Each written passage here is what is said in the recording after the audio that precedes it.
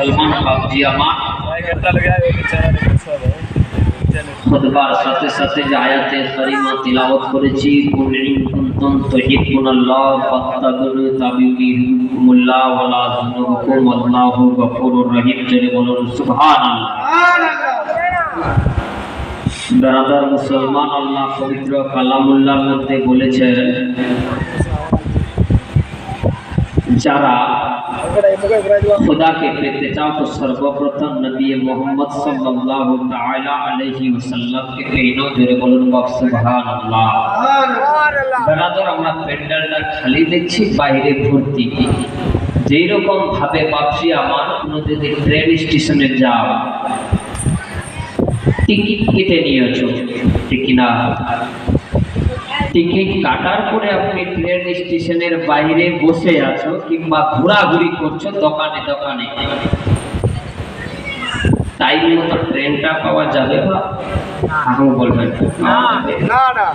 Train স্টেশনে আপনি গেছেন, বাস স্টেশনে আপনার বাসটা ছাড়বে, টিকিটটা কাটার পরে আপনি দোকানে পাশারে ঘোরাফেরা করছেন, আপনি বাসটা পাবেন না? আপনাকে ছেড়ে বাস পালাবে।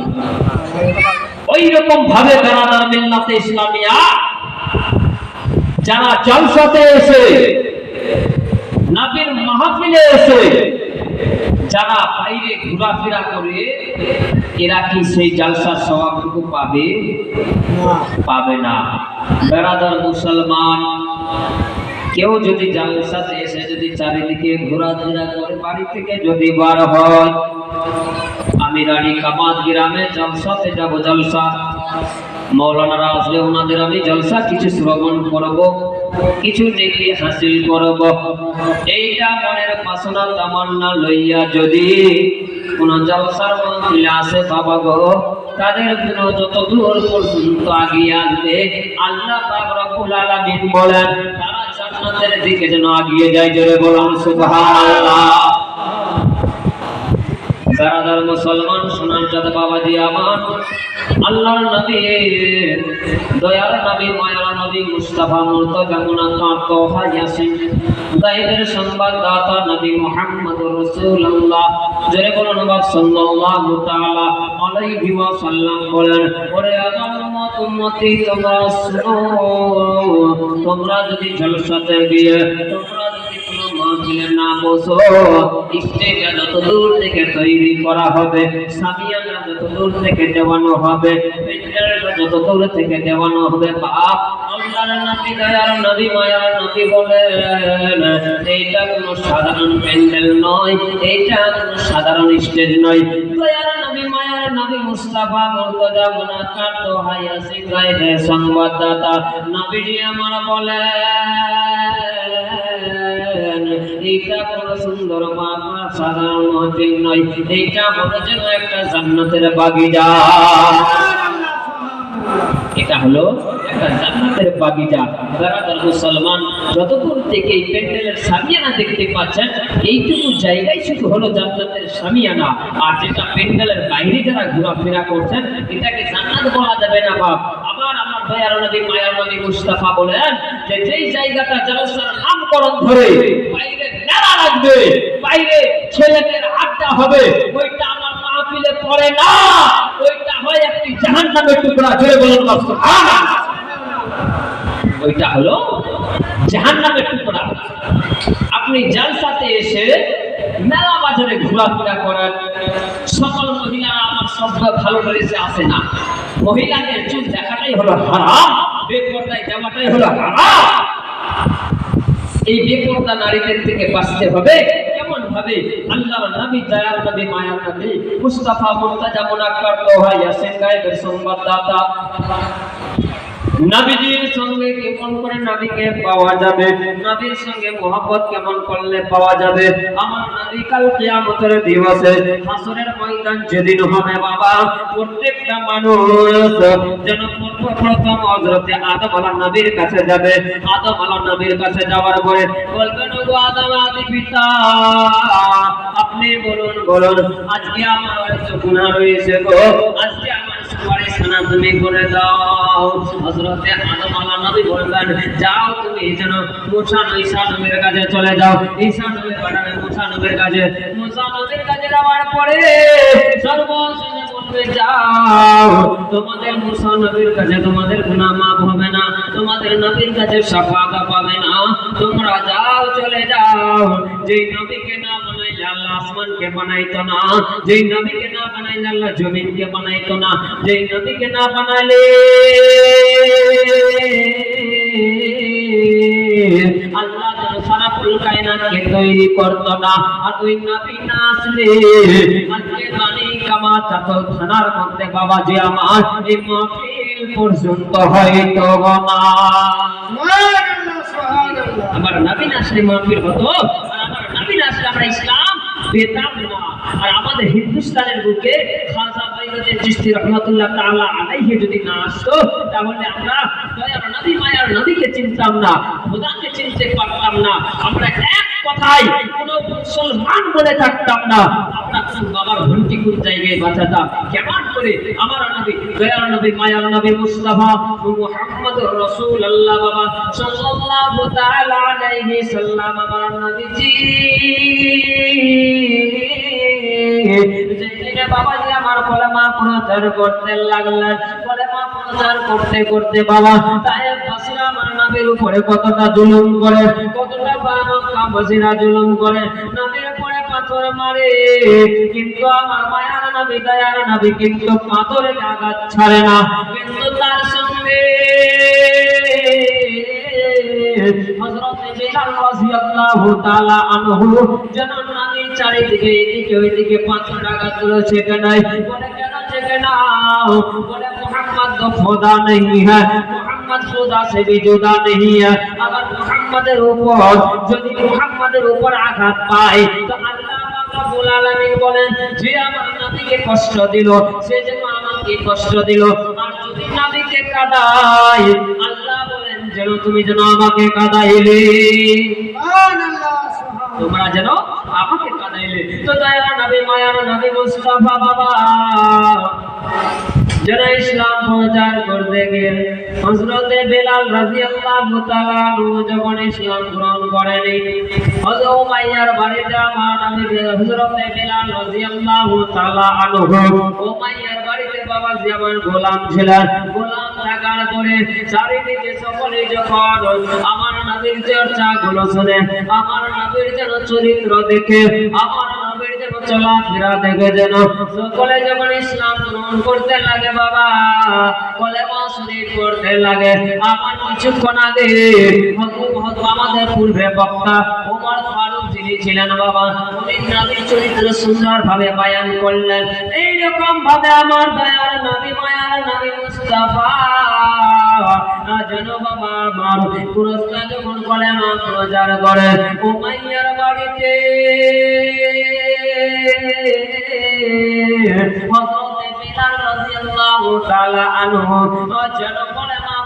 গ্রহণ করার জন্য প্রস্তুত রয়েছে। একদিন আমার দয়ার নবী মায়ার নবী বাবাজি গো আমার সোনার জাত মুসলমান বাবাজি আজকে রানী কামাতের বুকে যেই রকম ভাবে একটা প্যান্ডেল হয়েছে, আজকে একটা মজমা বসেছে, আজকে এই মজমার মধ্যে জলসা পড়া হচ্ছে, কোরআন হাদিস তেলাওয়াত করা হচ্ছে। এইরকম ভাবে আমার দয়ার নবী মায়ার নবী নবী মুস্তাফা মুহাম্মদুর রাসূলুল্লাহ সাল্লাল্লাহু তাআলা আলাইহি ওয়াসাল্লাম বাবা ওইরকম ভাবে একদিন যেন কলেমার দাওয়াত দিতেছে, কলেমার দাওয়াত দিতে দিতে যেন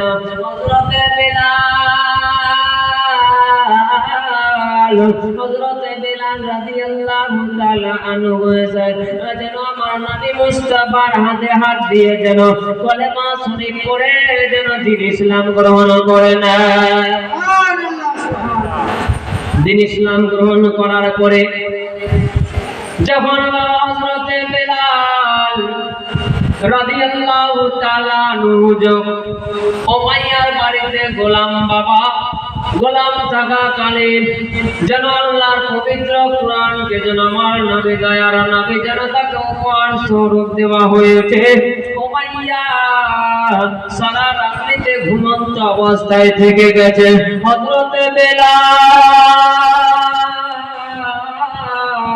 হযরতে বেলাল রাদিয়াল্লাহু তাআলা আনহু অজন সারা রাত্রিতে জেগে জেগে যেন কোরআন তিলাওয়াত করে আর রহমানু আল্লামাল কুরআন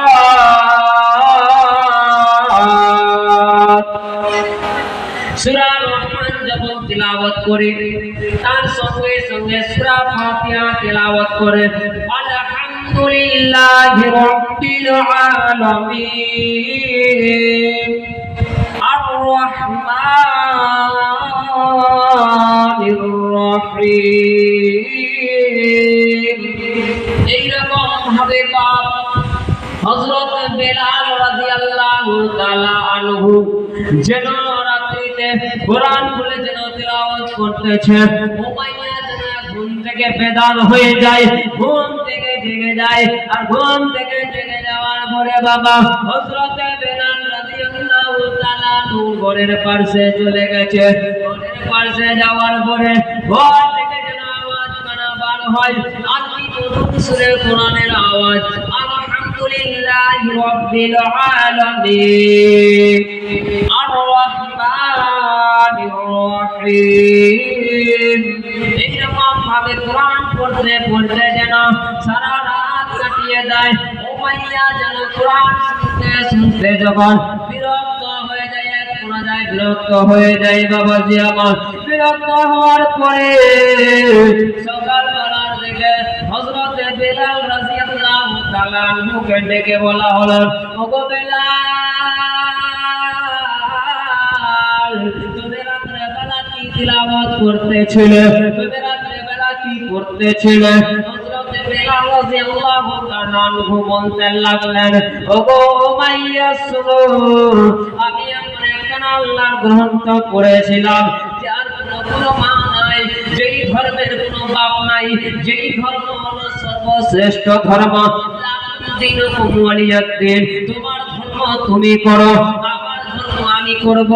এইরকম ভাবে যখন বলা হলো, উমাইয়া হযরতে বেলাল রাদিয়াল্লাহু তাআলা আনহুকে রিকোয়েস্ট করে বলতে লাগলেন, ওগো বেলাল, তুমি নবীর কলেমা ছেড়ে দাও, তুমি নবীর কলেমা ছেড়ে দাও। হযরতে বেলাল রাদিয়াল্লাহু তাআলা আনহু বলেন, ওগো উমাইয়া আকা শোনো, তুমি আমার আকা হতে পারো, তুমি আমার মালিক হতে পারো, আমি এখন হলাম নবীর দিওয়ানা। হলাম নবীর দিওয়ানা, আমি নবী ছাড়া কিছু বুঝি না, আমি নবী ছাড়া কিছু বুঝি না। আমি নবীর কলেমা ছাড়বো না, যদি জান দিতে হবে জান দিয়ে দিব, আমি নবীর কলেমা ছাড়বো, আমি নবীর কলেমা ছাড়বো না। যদি আমার প্রাণের মধ্যে যতটুকু রক্ত আছে, আমার শরীরের মধ্যে যতটুকু আমার রক্ত রয়েছে, আমি প্রয়োজনে হলে পরে সমস্ত রক্তটুকু জমিনে ঢেলে দিব, কিন্তু আমি নিজে নবীর কলেমা ছাড়বো, আমি নবীর কলেমা ছাড়বো না। হযরত বেলাল রাদিয়াল্লাহু তাআলা আনহুকে উমাইয়া তখন বাবা বলতে লাগলেন, ও বেলাল, তুমি নবীর কলেমা ছাড়বে কিনা? আবার দ্বিতীয়বারে জিজ্ঞাসা করা হলো, ও বেলাল, তুমি নবীর কলেমা ছাড়বে কিনা? একের পর এক যখন বেলালকে বলতে লাগলেন, হযরত বেলাল রাদিয়াল্লাহু তাআলা আনহু বলতে লাগলেন, ও বাবা উমাইয়া শুনো, আমি নবীর কলেমা ছাড়বো না, আমি নবীর কলেমা ছাড়তে পারবো না। আমি জরুরত পড়লে আমি নিজের জানটুকু দিয়ে দিব, আমি নবীর কলেমা ছাড়বো না।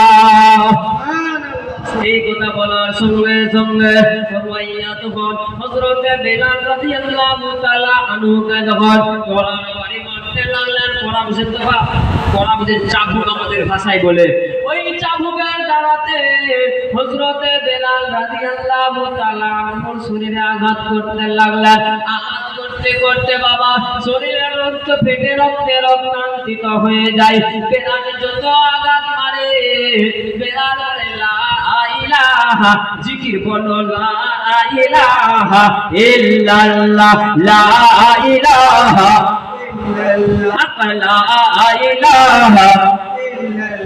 হযরতে বেলাল এরকম ভাবে যত মারতেছে তত জোরে জোরে জিকির করে আপনারা নবীর দিওয়ানা কিনা? একটু হাত উত্তোলন বলো ইয়া রাসূলুল্লাহ, বলো না আর একটু জোরে বলো ইয়া রাসূলুল্লাহ।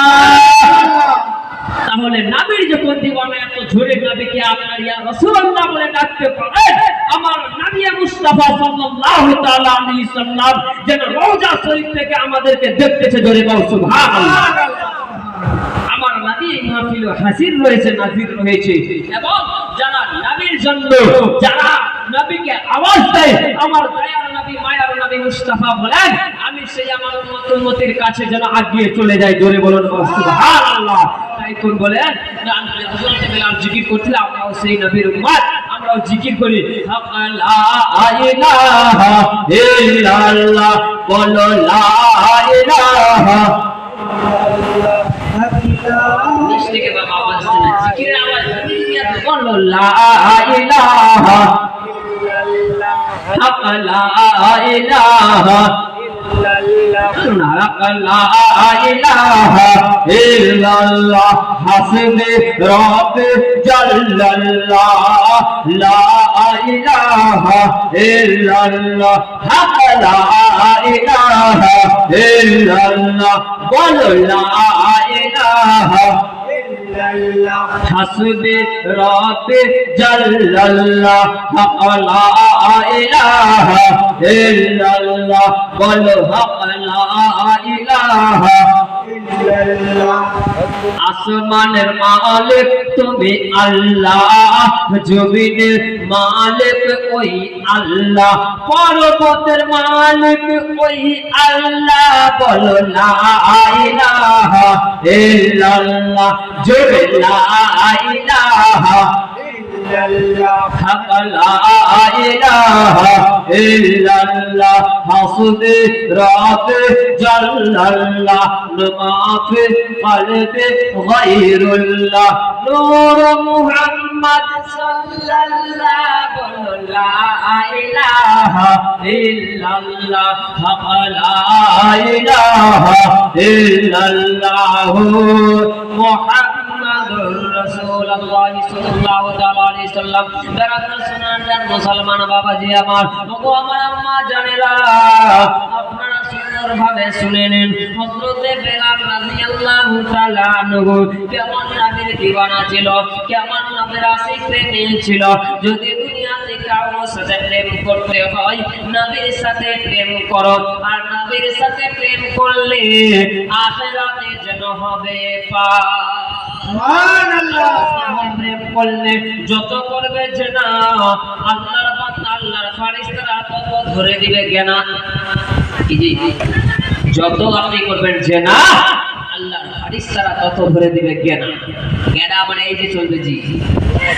বেলাল মুসলমান সোনার চাঁদ বাবাজি আমার, হযরতে বেলাল রাদিয়াল্লাহু তাআলা আনহুকে করার বাড়ি মারতে মারতে সারা শরীর ফেটে যায়। সারা শরীর ফেটে যাওয়ার পরে হযরতে বেলালের মুখ থেকে আওয়াজ বার হয় লা ইলাহা ইল্লাল্লাহ মুহাম্মাদুর রাসূলুল্লাহ। যত জোরে জোরে আঘাত করে, তত জোরে জোরে বেশি আওয়াজ কলেমা শরীফ পড়ে। হযরতে বেলালকে বলে, ওগো বেলাল তুমি শোনো, তুমি নবীর কলেমা শরীফ ছেড়ে দাও। হযরতে বেলাল বলে না, ছাড়বো না। এমন পর্যায়ে মারতে মারতে হযরতে বেলাল রাদিয়াল্লাহু তাআলা আনহুর জিহ্বা মুবারকের জন্য একটি পেরেক ঢুকে দেওয়া হলো, খিল ঢুকে দেওয়া হলো। হযরতে বেলাল আওয়াজ করতে পারে না। আমার যেন বেলালের জিহ্বা থেকে যেন শুষ্কি বারে রক্ত বার হয়। হযরতে বেলাল তথা পর্যন্ত আল্লাহর কাছে বলে, রব্বুল আলামিন, আমার যেন সারাটা জীবন যদি পার হয়ে যায়, আমার যদি এইরকম ভাবে মরণ হয়ে যায়, কিন্তু আমাকে যেন নবীর কলেমা শরীফ না ছুটাইয়া দাও। আমার জীবন যদি চলে যায়, তো যেন নবীর কলেমাটা ভুলতে পারি রব্বুল আলামিন। আমার বুকের মধ্যে তুমি সাহস করে দাও, জোরে বলুন বাপ সুবহানাল্লাহ। হযরত বেলাল রাদিয়াল্লাহু তাআলা আনহু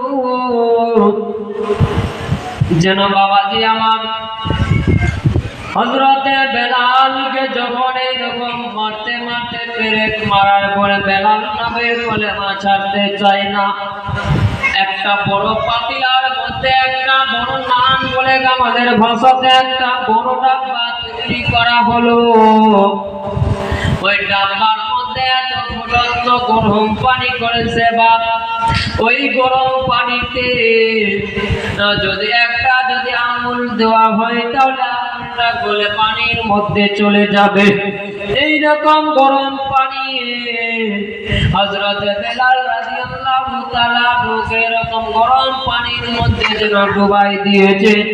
গরম পানিতে ডুবাবার পরে বেলালের সারা শরীরটা যেন ছিঁড়ে যায়, মাংসগুলো যেন দুষ্ট হয়ে যায়। একদিকে বাবা এসের চাবুকের আঘাতে শরীর ফেটে গেছে, আবার গরম পানিতে যখন ডুবাই দিয়েছে হযরতে বেলাল চিৎকার করে বলে, আল্লাহ আমি কি অপরাধ করেছি গো আল্লাহ? আমি শুধু নবীর কলেমা শরীফ পড়েছি, নবীর কলেমা শরীফ পড়ার দরুন যেন এত যদি কষ্ট হতে পারে। আল্লাহর তরফ থেকে গায়েবী আওয়াজ হয়, ও বেলাল তোমাকে যতটাই কষ্ট দেখ না কেন আখিরাতে তোমার জন্য যেন জান্নাতের সার্টিফিকেট হবে। হযরতে বেলাল রাদিয়াল্লাহু তাআলা আনহুকে যখন বাবা এরকম ভাবে কষ্ট দেওয়ার পরে যখন আর কলেমা ছুটাইতে পারে না, তখন আবু জেহেলের বাড়িতে যখন উমাইয়া চলে গেলেন, আবু জেহেলকে বলেন, নবীর চাচা আবু জেহেলকে বলেন, ওগো আবু জেহেল, আমার বাড়িতে যেটা গোলাম ছিল সব থেকে ভালো চাকর ছিল, সব থেকে ভালো গোলাম ছিল, বিশ্বাসী গোলাম ছিল। ওই গোলালটা যেন ওই গোলামটা নবীর কলেমা শরীফ পড়ে নিয়েছে, কোনো মতো নবীর কলেমা ছাড়তে চাই না, নবীর কলেমা ছুটাইতে পারে না। অথবা আবু জেহেল বলেন, ওগো মাইয়া তুমি চিন্তা করো না, তুমি চিন্তা করো না, কারণ গোলামিয়াতের ডাক্তার যাবে, হযরতে বেলালের কলেমা মুহূর্তে ছুটাইয়া দিব। আমি মুহূর্তে হযরতে বেলাল রাদিয়াল্লাহু তাআলা আনহুর কলেমা যেন ছুটাইয়া দিব। এইরকম ভাবে যখন হযরতে বেলালের কথাটা বলতে লাগলেন আবু জেহেল বলতে লাগলেন, ওগো মাইয়া তুমি নিজের হেফাজতে আমি রাখিও না, বেলালকে তুমি আমার হাওয়ালায় করে দাও। হযরতে বেলাল রাদিয়াল্লাহু তাআলা আনহুকে যখন আবু জেহেলের চারটা সৈন্য বাহিনী আসলেন, আর যেন দুইটা ট্রেনের মধ্যে যেন রশি বেঁধে দিয়েছে বাপ, আর ওই দড়ি বাঁধার পরে রাস্তার মধ্যে ঘিসরাইতে যেন আবু জেহেলের বাড়ি পর্যন্ত যেন পৌঁছে যায়। আবু জেহেলের বাড়ি পর্যন্ত যেন পৌঁছে যায়। আর পৌঁছে যাওয়ার পরে তখন আবু জেহেল কি করতে লাগলেন বাপ জানে?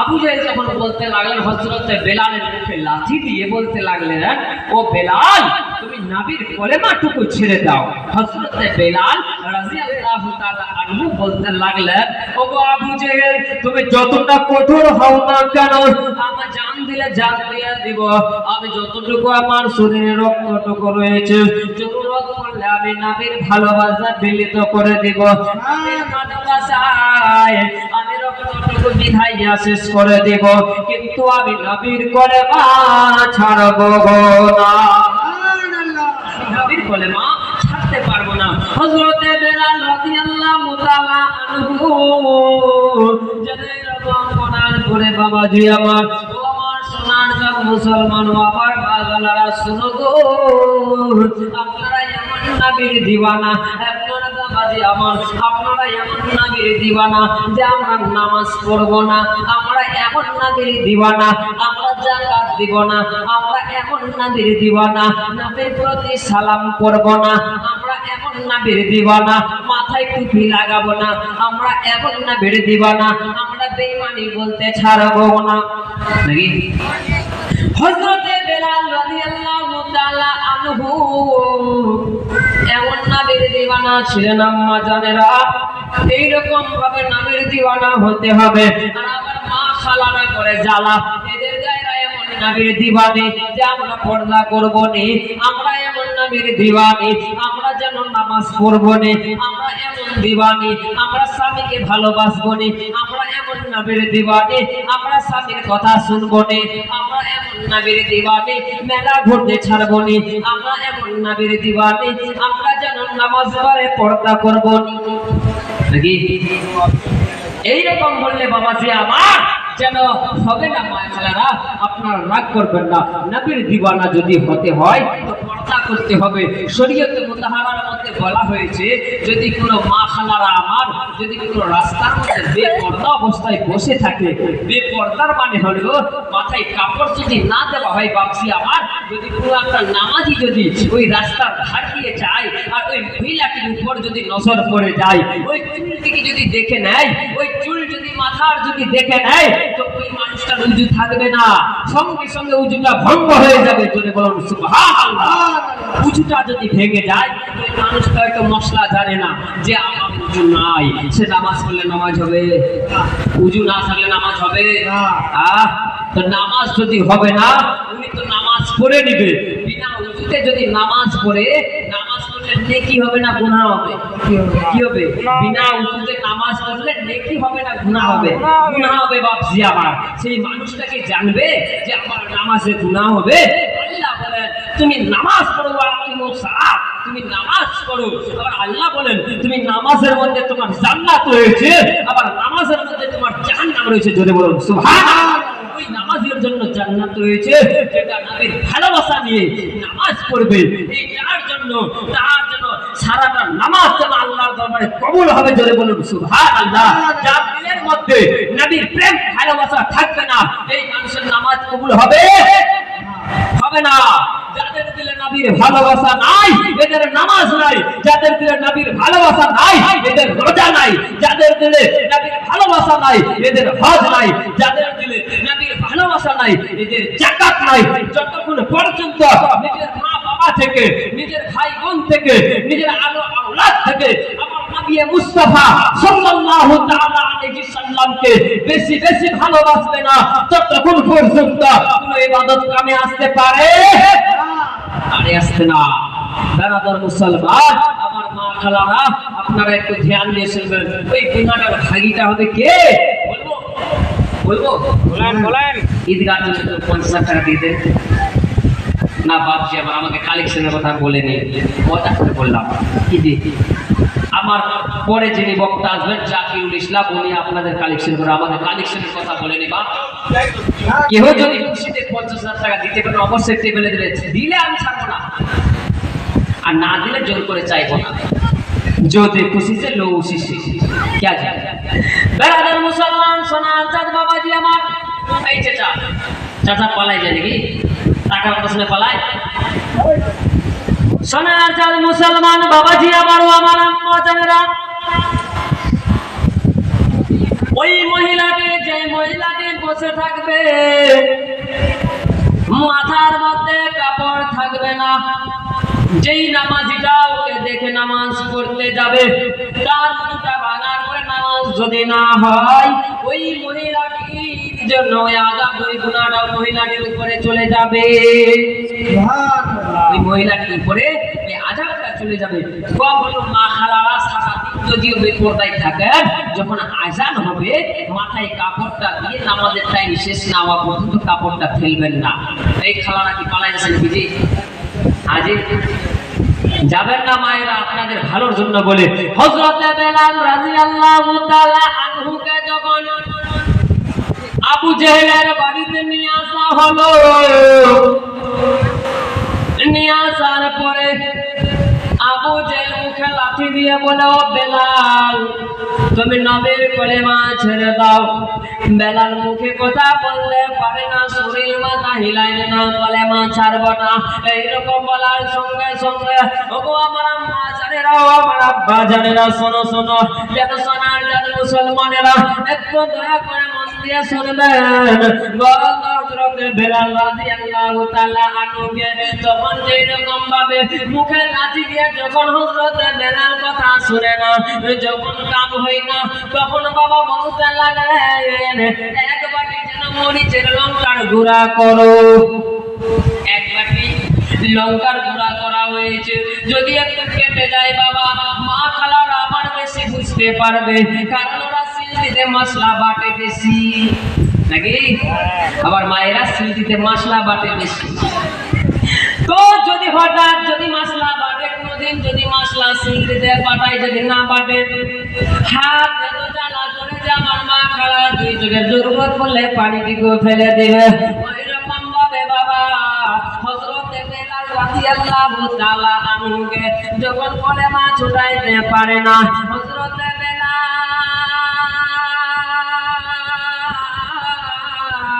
রাদিয়াল্লাহু তাআলা আনহু বাবা যখন কলেমা ছাড়ে না, এইলো এক বাটি লঙ্কার গুঁড়া নিয়ে আসা হলো।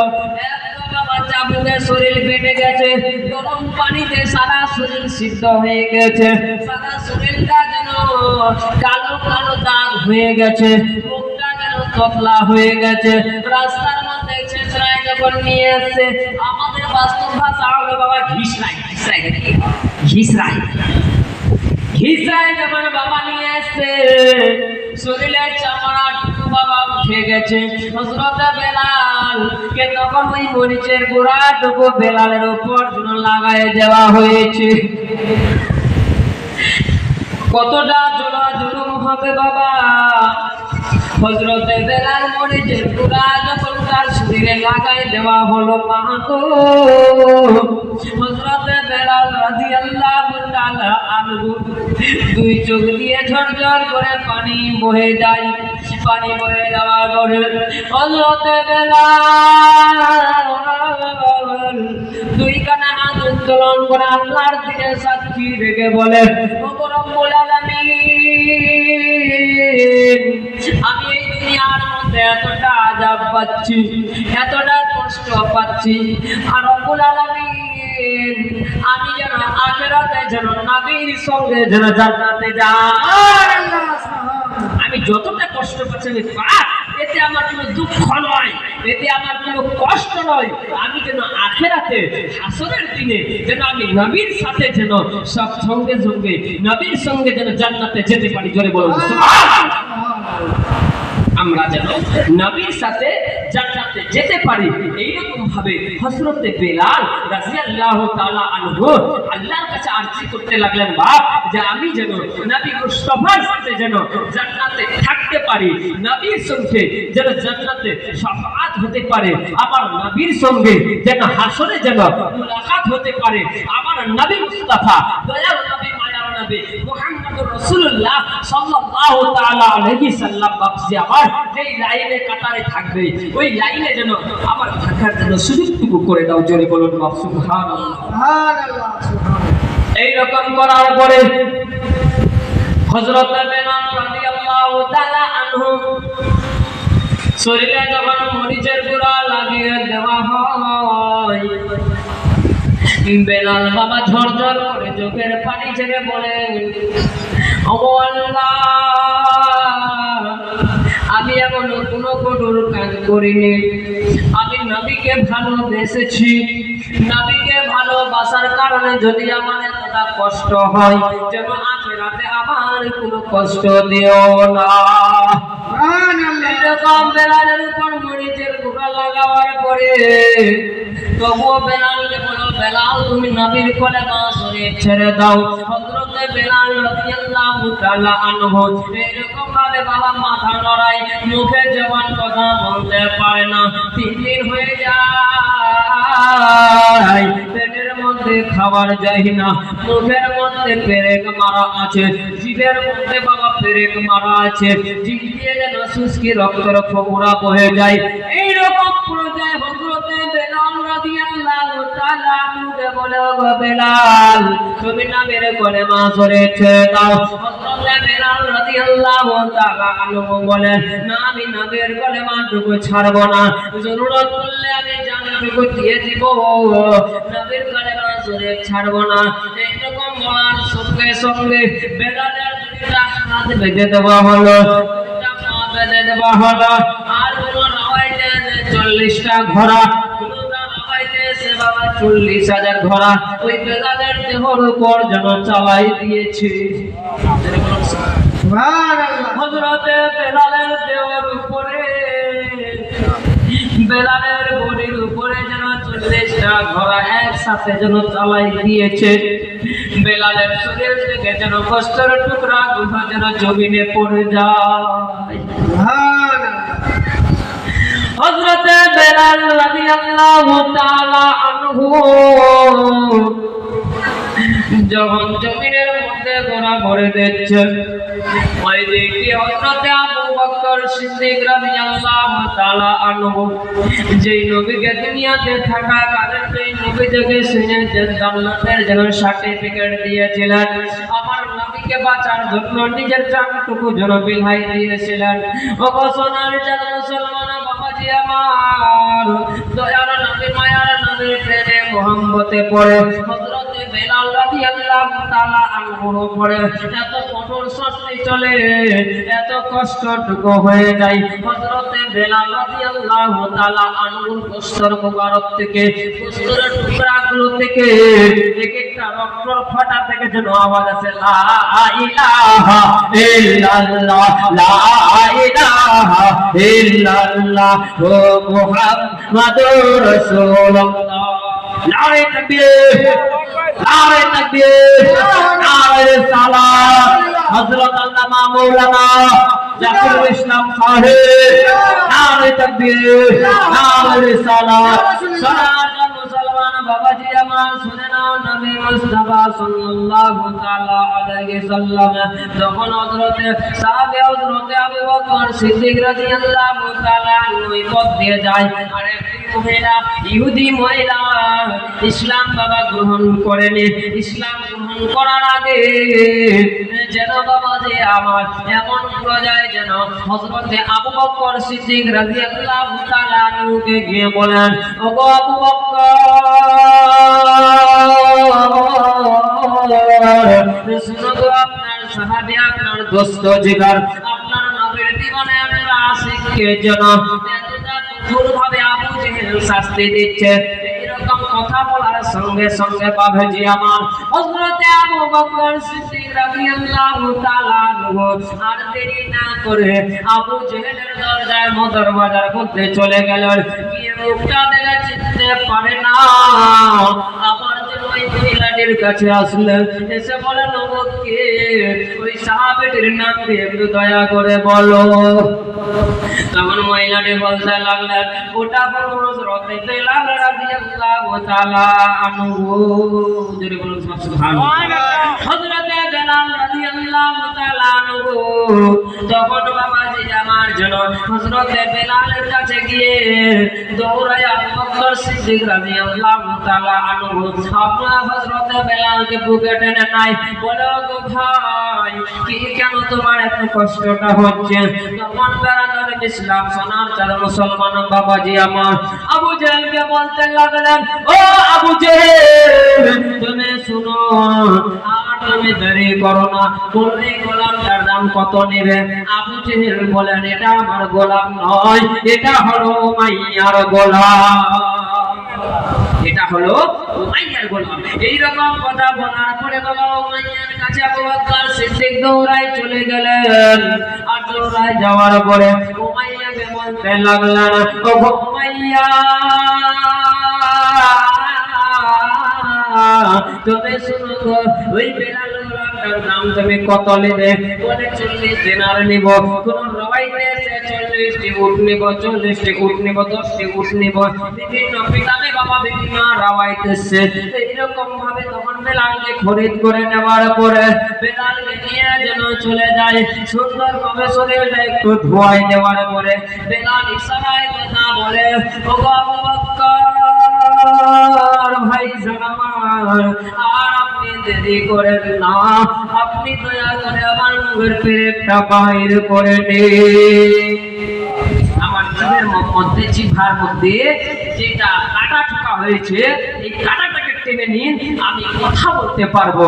তখন হযরতে আবু বকর সিদ্দিক রাদিয়াল্লাহু তাআলা আনহু হযরতে বেলালের জিভ থেকে যে পেরেকটা কাটাটা টেনে নেওয়া হলো। টেনে নেওয়ার পরে হযরতে বেলাল রাদিয়াল্লাহু তাআলা আনহু বলেন, ওগো আবু বকর শুনো, আপনি আমাকে উমাইয়ার কাছ থেকে খরিদ করে নিলেন, কিনে নিলেন, আমি আপনার গোলাম হয়ে গেলাম। আপনার বাড়িতে আপনার খিদমত করার আগে আগে আপনি দয়া করে একটু দয়ার নবীর কাছে নিয়ে চলো। তখন হযরতে বেলাল রাদিয়াল্লাহু তাআলা আবু বকর সিদ্দিক রাদিয়াল্লাহু তাআলা আনহু বলতে লাগলেন, ওগো বেলাল তুমি শুনো, আর আমি তোমাকে জ্বালা দেব না, আর তোমাকে কষ্ট দিব না। আমি খরিদ করতে পারি, আমি তোমাকে কিনে নিতে পারি, আমি তোমাকে আমার গোলাম রাখবো না, আমি তোমাকে আজ থেকে আজাদ করে দিলাম, আমি তোমাকে রিহাই করে দিলাম, আমি তোমাকে ছেড়ে দেওয়ার দিয়ে দিলাম।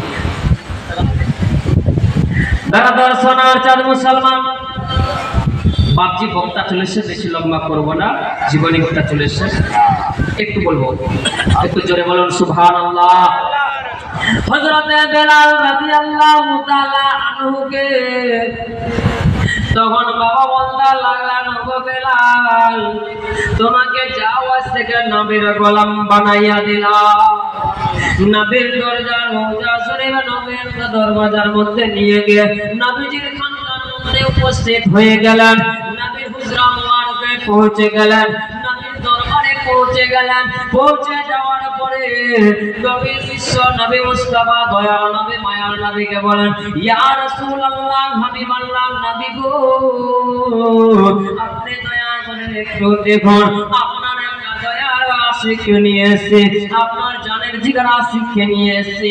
যখন দেখে হযরতে বেলাল রাদিয়াল্লাহু তাআলা আনহু গত 4 দিন আগে ইসলাম গ্রহণ করেছে। বাবা, ইসলাম গ্রহণ করার পরে এর উপরে এত কষ্ট হয়েছে, কঠোর কষ্ট হয়েছে।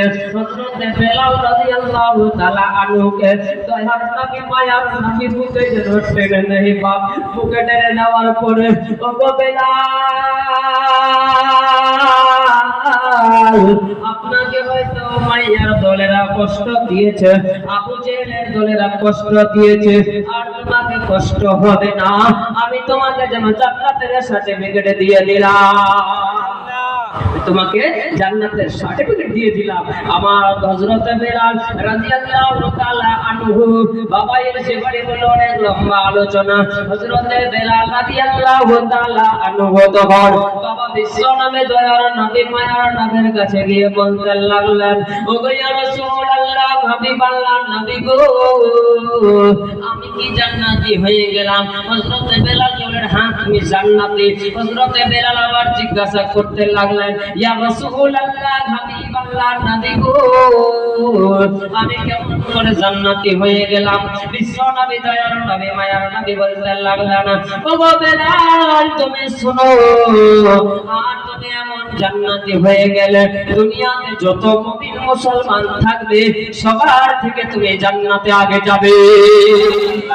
এই কৃষ্ণার লম্বা আলোচনা বাপ ছেড়ে দিলাম। বেরাদার সোনার মুসলমান বাবাজি আমার, হযরতে বেলাল রাদিয়াল্লাহু তাআলা আনহু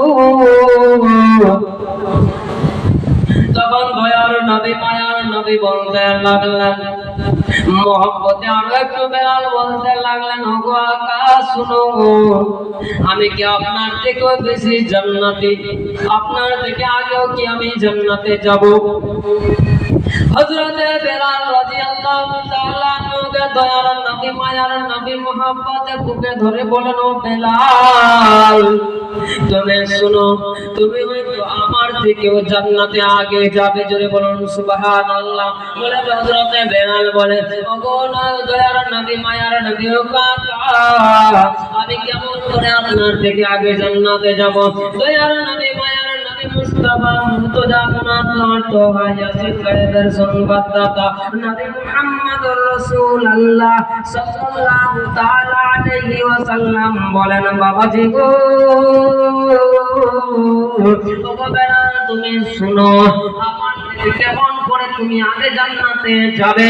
ও বেলাল, আমি যেই সাওয়ারির মধ্যে সাওয়ার হয়ে থাকবো, আমি যে জান্নাতি বুরাকের উপর বসে থাকবো, ওই বুরাকের লাগামটা থাকবে যেন তোমার হাতে। ওই বুরাকের থাকবে যেন তোমার হাতে। জোরে বলুন বাপজি আমার সুবহানাল্লাহ। দয়ার নবী মায়ার নবীর সঙ্গে যে মুহাব্বত করবে সে এমনই হবে যে দুনিয়ার মধ্যে তাকে জান্নাতের সার্টিফিকেট দেওয়া হবে।